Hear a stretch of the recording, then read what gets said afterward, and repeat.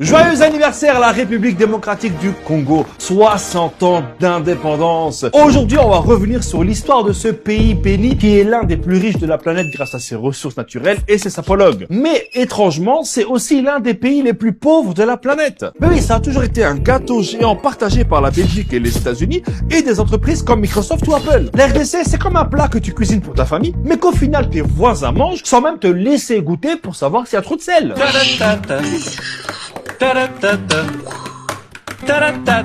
Évidemment, on ne peut pas parler de la RDC sans parler de la Belgique. Deux pays intimement liés, unis par les liens forcés du colonialisme. Et je te le dis direct, tu vois la Belgique comment tu la vois? Eh bien, sans le Congo, elle s'appellerait pas Belgique, mais plutôt Moche-gique. Et retrouvez-moi tous les jeudis pour des jeux de mots de folie. Non, il n'y a pas d'eau, mais abonne-toi. Alors, petit cours d'histoire. Le jeune Abdel est né le 31 mars 1989. Ah non, excuse-moi, c'est encore bien avant. Entre 1885 et 1908, soit 2 ans avant la naissance de Michel Drucker, Léopold II, roi des Belges, était propriétaire du Congo. Le mec, il était dans le business de l'ivoire et du caoutchouc, et il a exterminé à l'époque près de la moitié de la population congolaise. C'était son petit jardin de 2,3 millions de kilomètres carrés, hein. Il avait un mi-temps comme roi, et un mi-temps comme serial killer. Mais enfin, ça va pas! De 1908 à 1960, la Belgique colonise officiellement le Congo, et y découvre des nouvelles ressources, hein, comme l'uranium présent notamment dans la région du Katanga. Et là, je vais te dire un truc qu'on t'apprend pas à l'école. Est-ce que tu savais que c'est grâce à l'uranium congolais que les États-Unis ont pu développer leur programme nucléaire? Donc c'est peut-être grâce au Congo que la Deuxième Guerre mondiale s'est arrêtée. Ah ouais, ça t'embouche un coin. Allez, je t'emballe ça et tu sers ça à ton prochain repas de famille. C'est cadeau.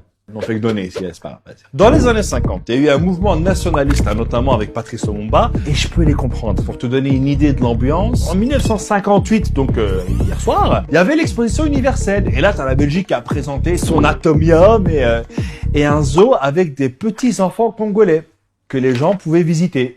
Voilà. Il n'y a pas un masque contaminé à lécher, là, parce que là, je te jure... En 1960, quand la Belgique décide enfin de rendre les clés du Congo, là, t'as le roi Baudouin qui rend hommage au génie Léopold II. L'indépendance du Congo constitue l'aboutissement de l'œuvre conçue par le génie du roi Léopold II. Là, t'as Lumumba qui entend ça, il prend le mic et il balance comme jamais. Combattant de l'indépendance, aujourd'hui victorieux, nous avons connu les ironies, les insultes, les coups que nous devions subir matin, midi et soir, parce que nous étions des nègres. Là, tu dis, ça y est, ils sont indépendants. Ignorance. Que nenni. Quelques jours plus tard, c'est parti en vrai.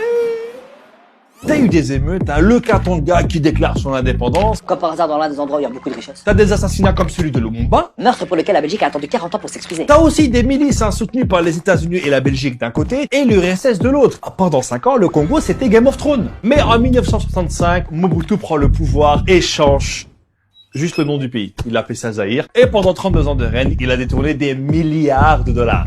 Bon, du coup, je vais aller lécher des gants contaminés. Il y a des gants ici, là, s'il vous plaît. Et même si le mot opposition n'existait plus dans le dictionnaire, tu ne restes pas pendant 32 ans au pouvoir par hasard.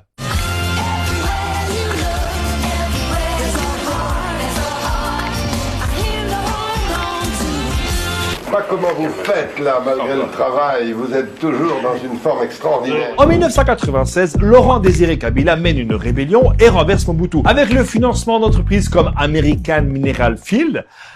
American Mineral Field. Sacré suédois. Et c'est là que commencent 2 guerres successives qui feront plus de 6 millions de morts. Et c'est surtout là que le chaos a fait un enfant qui s'appelle le pillage. Il n'y a toujours pas d'eau. Là, t'as Kabila qui passe des deals avec le Rwanda et l'Ouganda, entre autres, du style « Donnez-moi un soutien militaire et je vous mets bien. J'ai des mines là, frérot, ça vaut de l'or, mais vraiment de l'or. » Là, en 2001, t'as Kabila qui est assassiné. Décidément, il y a une espèce de Covid sur les dirigeants congolais. Là, t'as le premier ministre belge qui vient, vu qu'il est un peu chez lui, qui dit en gros, vu que Kabila est mort, j'ai une idée, si on mettait son fils, c'est juste une idée, qui va être appliquée, certes, mais c'est juste une idée. Depuis la fin de la Deuxième Guerre en 2002, les troupes étrangères se sont retirées, mais ont laissé la place à plein de groupes armés financés par des pays voisins pour le pillage des ressources. Et alors là, tout y passe. Or, cuivre, diamant ou encore cobalt et coltan. C'est ces trucs qui servent à fabriquer ton smartphone ou ton ordinateur. Et il y aurait plus de 40 000 enfants qui travaillent plus de 10 heures par jour pour extraire le cobalt qui est utilisé pour des entreprises comme Microsoft, Apple ou Samsung. Donc quelque part, le smartphone ou l'ordinateur que tu es en train d'utiliser pour regarder cette vidéo par exemple, contient certainement une part de la richesse de la RDC. Depuis 2019, le pays a un nouveau gouvernement et il est à 2 doigts de mettre Ebola au chômage. Mais selon vous, qu'est-ce que la RDC peut faire de plus pour enfin rayonner comme elle le mérite? Vous mettez ça en commentaire et je souhaite une bonne fête de l'indépendance à tous les Congolais. Rendez-vous la semaine prochaine. Ciao!